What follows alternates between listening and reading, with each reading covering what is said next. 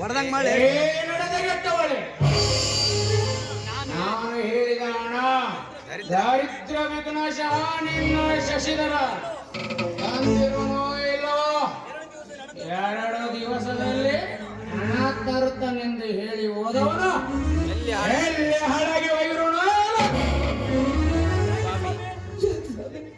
ಯಾಕೆ ಪ್ರತಿನಿತ್ಯವೂ ನನಗೆ ಯಾಕೆ ನೀವು ಕೇಳಿದಾಗ ಹಣ ಹಣ ಇದ್ರೆ ನನ್ನಿಂದ ಹಣವನ್ನ ಎಷ್ಟು ತಂದು ಕೊಟ್ಟರು ಕೂಡ ನಿಮಗದು ಸಾಧ್ಯ. ಪದೇ ಪದೇ ನನ್ನನ್ನ ಹಣವನ್ನು ಕೇಳಿದ್ರೆ ಪಾಪ ಅವನು ಎಲ್ಲಿಂದ ತಾನೇ ತಂದ್ಕೊಡ್ತಾನೆ. ಗಯಾಳಿ ನನಗೆ ಉತ್ತರ ಆಡ್ತೇನೆ. ವರದಕ್ಷಿಣೆ ತಗೊಳ್ಳದೆ ನಿಮ್ಮಂತ ದರಿದ್ರ ಸಂಬಂಧವನ್ನು ಬೆಳೆಸಿ ನನ್ನಂತ ನಡೆದೆಗೆಟ್ಟವಳನ್ನು ನನ್ನ ತಾಳಿಯನ್ನಾಗಿ ಮಾಡಿಕೊಂಡು ನನ್ನ ಬದುಕನ್ನೇ ಹಾಳು ಮಾಡಿಕೊಂಡೆ. ಸ್ವಾಮಿ ನನ್ನ ಕೈ ಹಿಡಿದ ಮದುವೆ ಪೂರ್ವದಲ್ಲಿ ವರದಕ್ಷಿಣೆ ಬೇಡ ಪ್ರತಿನಿತ್ಯವೂ ವರದಕ್ಷಿಣೆ ಹಣ ಬೇಕು ಅಂತ ಯಾಕೆ ಈ ರೀತಿ ಕಾಳಿಸಿ ಕೇಳಿದೆ. ಅದಲ್ಲದೆ ನನ್ನ ಮೇಲೆ ಸಂಶಯದ ಈ ರೀತಿ ದರ್ಶನಗಳಿಗೆ ಬಲಿಗಳಿಗೆ ಎಲ್ಲ ರೀತಿಯ ಸಾಮಾನುಗಳಿಂದ ಈ ನೀವು ಸಾರಾಯಿ ಕುಡಿಯೋದಕ್ಕೆ ಬಲಿ ಮಾಡಿದ್ರಿ. ಇಂಥ ಒಂದು ಕೆಲಸವನ್ನ ಕಳೆದುಕೊಂಡು ಹೊತ್ತು ಕೋಳಿಗೆ ಹೋಗ್ತದೆ. ಹಿಂಗಾದ್ರೆ ನಮ್ಮ ಸಂಸಾರದ ಗತಿ ಏನು? ಇನ್ನು ಕೆಲವು ದಿನಗಳಲ್ಲಿ ಈ ಮನೆಗೆ ಪುಟ್ಟ ಅತಿಥಿ ಬರ್ತಾ ಇದ್ದಾರೆ. ಮುಂದೆ ನಮ್ಮ ಸಂಸಾರದ ಗತಿಯನ್ನು ನಮ್ಮ ಮಗುವಿನ ಗತಿಯನ್ನು ದಯಮಾಡಿ ವಿಚಾರ ಮಾಡಿ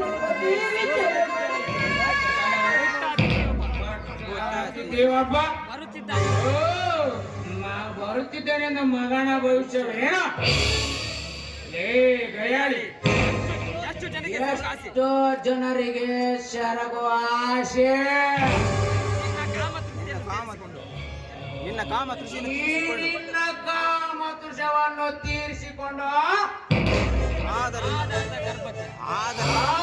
ಗರ್ಭಕ್ಕೆ ನಾನು ತಂದೆ ಎಂದು ಹೇಳಿದರೆ ಈ ನಿನ್ನ ಮೈ ಚರ್ಮವನ್ನು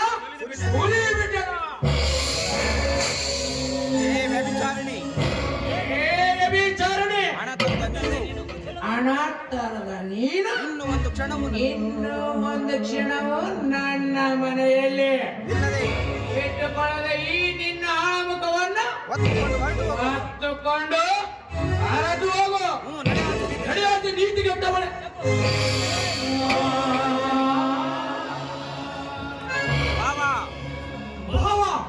ಇದೇನು ನಿಮ್ಮ ವರ್ತನೆ? ತಾಯಿಯಾಗಲಿರುವವಳನ್ನು ಈ ರೀತಿಯಾಗಿ ದೂಡಿದರೆ ಅವಳ ಆರೋಗ್ಯದ ಗತಿ ಏನು?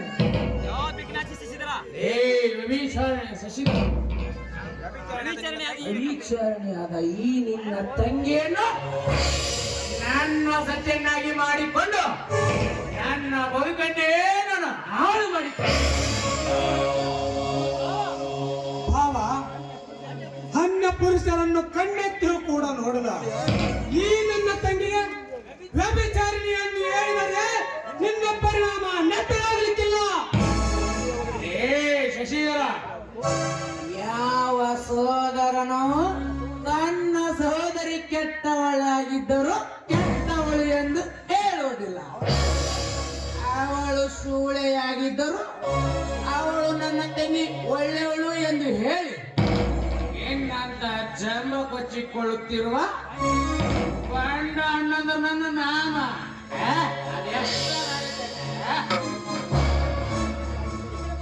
ಭಾವ, ಯಾಕೆ ನೀವು ಈಗೆಲ್ಲ ಮಾತನಾಡುತ್ತಿದ್ದೀರಿ?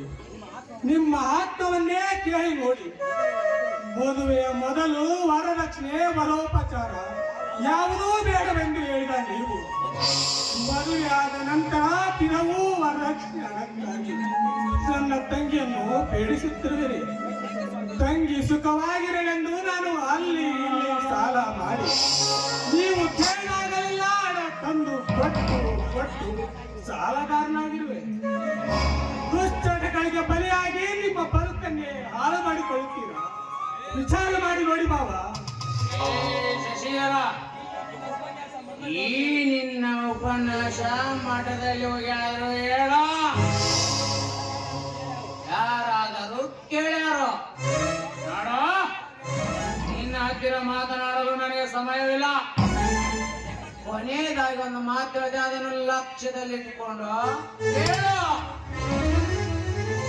ನಿನಗೆ ಇನ್ನು ನಿನ್ನ ತಂಗಿ ಸುಖವಾಗಿ ಬಾಳಬೇಕೆಂದು ಅಭಿಲಾಷೆ ನಿನಗಿದ್ದರೆ ಇನ್ನೆರಡು ದಿವಸದಲ್ಲಿ 10,000 ರೂಪಾಯಿ ತಂದು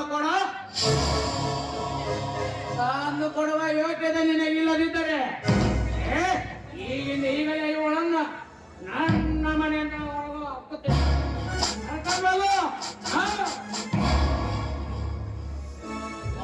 ಭಾವ, ಇನ್ನು ನಿಮಗೆ ಹಣ ತಂದು ಕೊಡುವುದು ನನ್ನಿಂದ ಸಾಧ್ಯವಿಲ್ಲ. ನನ್ನ ತಂಗಿಯೂ ನನಗೆ ಭಾರವಾಗಿಲ್ಲ. ಅವಳನ್ನು ನನ್ನ ಓರ್ವ ಬಂಧು ಅಂತ ತಿಳಿದು ಸಾಕುತ್ತೇನೆ. ಸಹೋದರಿ ನಿರ್ಮಲ, ಇಂತಹ ಪಾಪಿಸ್ತನ ಲೋಭಿಯ ಮನೆಯಲ್ಲಿದ್ದು ನರಕ ಯಾತನೆ ಅನುಭವಿಸುವುದು ಬೇಡವಮ್ಮ. ಸಂಶಯದಿಂದ ಅಂಧನಾಗಿದ್ದನ ಕೂಡ ಬಳೆ ಮಾಡಿ ಕಣ್ಣೀರು ಸುರಿಸುವುದಕ್ಕಿಂತ ತವರು ಮನೆಯಲ್ಲಿ ಕಂಚಿ ಕುಡಿದಾದ್ರು ನೆಮ್ಮದಿಯಿಂದ ಬರ್ಬೋದು. ಬಾರಮ್ಮ, ಮನೆಗೆ ಹೋಗೋಣ. ಇಲ್ಲ, ಕೊಟ್ಟರೆಡು ಕುಲದಿಂದ ಹೊರಗೆ ಬಂದೆ. ನೀನು ನನ್ನ ಮದುವೆಯನ್ನು ಮಾಡಿ ನಿನ್ನ ಜವಾಬ್ದಾರಿಯನ್ನು ಮುಗಿಸಿದ್ದೆ. ಆದರೆ ಅಣ್ಣ, ಎಂದು ನಾನು ಮದುಮಗಳಾಗಿ ಇವರ ಕೈ ಹಿಡಿದು ಇವರ ಕೈಯಿಂದ ನನ್ನ ಕೊಳ್ಳಿಗೆ ಮಾಂಗಲ್ಯವನ್ನು ಕಟ್ಟಿಸಿಕೊಂಡು ಈ ಮನೆಯ ಹೊಸ್ತಿಲನ್ನು ತುಳಿದನು. ಅಂದೇ ಇದು ನನ್ನ ಮನೆ ಆಯ್ತಲ್ಲ. ತವರ ಮನೆಯಲ್ಲಿ ನನಗೆ ಯಾವುದೇ ರೀತಿಯ ಅಧಿಕಾರವಿಲ್ಲ.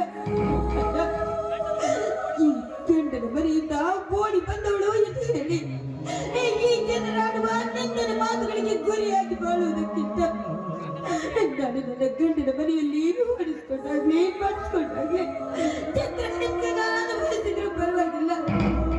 ನಾನು ಮಾತ್ರ ನನ್ನ ಗಂಡನ ಮನೆಯನ್ನು ಬಿಟ್ಟು ಬರಲಾರೆ. ಸಹೋದರಿ, ತವರು ಮನೆಗೆ ಬರಲಾರೆ ಎಂದು ಹೇಳಿ ನಿನ್ನ ಅಣ್ಣನ ಮನಸ್ಸನ್ನು ನೋಯಿಸಬೇಡ. ಹೆಣ್ಣು ಮಕ್ಕಳಿಗೆ ತವರು ಮನೆ ಎಂದರೆ ಸ್ವರ್ಗ ಸಮಾನವಂತೆ. ಕೈ ಹಿಡಿದ ಗಂಡ ಎಷ್ಟೋ ಚಿತ್ರಿಸಿಕೊಟ್ಟರು. ಗಂಡನ ಮನೆ ಬಿಟ್ಟು ತವರು ಮನೆಗೆ ಬರಲಾರೆ ಎಂದು ಹೇಳುವ ಈ ನಿನ್ನ ಉದತ್ತ ಗುಣಕ್ಕೆ ಮನಸ್ಸೋದೆ.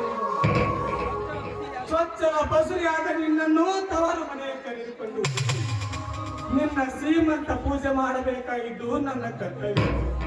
ಅದಕ್ಕಾದರೂ 4 ದಿವಸ ಉಳಿದು ಹೋಗುತ್ತೆ. ಶ್ರೀಮಂತ ಪೂಜೆ ನನ್ನ ಹೆತ್ತ ತಾಯಿ ಏನಾದ್ರೂ ಈ ಸಮಯದಲ್ಲಿ ಇಟ್ಟಿದ್ರೆ ಅವಳದಷ್ಟು ಸಂತೋಷಪಟ್ಟು ನನ್ನ ಶ್ರೀಮಂತ ಪೂಜೆಯನ್ನು ಮಾಡ್ತಾ ಇದ್ಲು. ನನಗೂ ಕೂಡ ನನ್ನ ತವರು ಮನೆಗೆ ಬರಬೇಕೆನ್ನುವ ಆಸೆ. ನನ್ನ ಕೈ ಹಿಡಿದಿರುವ ನನ್ನ ಪತಿ ದೇವರ ಆಜ್ಞೆ ನಾನೆಲ್ಲೂ ಹೊರಬರಲಾರಗೊಂಡ.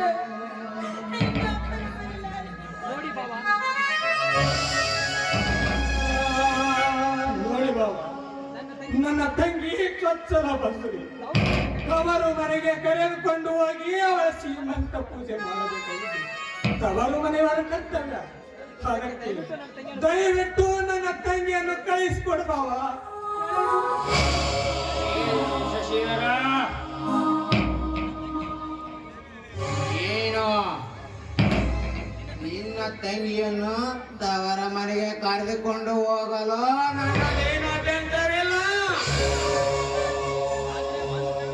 ನಿನಗೆ ನಿನ್ನ ತಂಗಿಯನ್ನು ಕರ್ಕೊಂಡು ಹೋಗಬೇಕಾದ್ರೆ ಎರಡು ದಿನದಲ್ಲಿ 10,000 ರೂಪಾಯಿ ತಂದು ಕೊಟ್ಟು ಕರೆದುಕೊಂಡು ಹೊರಟು ಹೋಗೋ.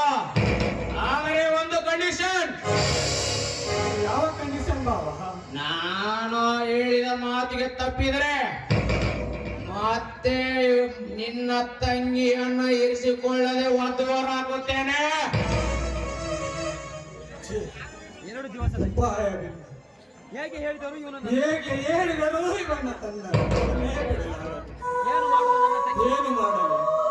ನನ್ನ ತಂಗಿ ಇವನಲ್ಲಿ ಮನೆಯಲ್ಲಿ ಸುಖವಾಗಿರಬೇಕಾದರೆ ಇವನು ಹೇಳಿದ 10,000 ರೂಪಾಯಿಗಳನ್ನು ದೊರಕಿಸಲು ಪ್ರಯತ್ನಿಸಬೇಕು. ವರದಕ್ಷಿಣೆ ಹಿಂದಿನ ವರದಕ್ಷಿಣೆ ಇಂದಿನ ಜ್ವಲಂತ ಸಮಸ್ಯೆಯಲ್ಲಿ ಸಿಲುಕಿ ಎಷ್ಟು ಆ ಬಡ ಕುಟುಂಬಗಳು ನಿರ್ಗತಿಕವಾಗಿವೆ ಎನ್ನುವ ಮಾತು ಸತ್ಯ. ಎಂದು ಈ ವರದಕ್ಷಿಣೆ ಎಂಬ ಸಮಸ್ಯೆ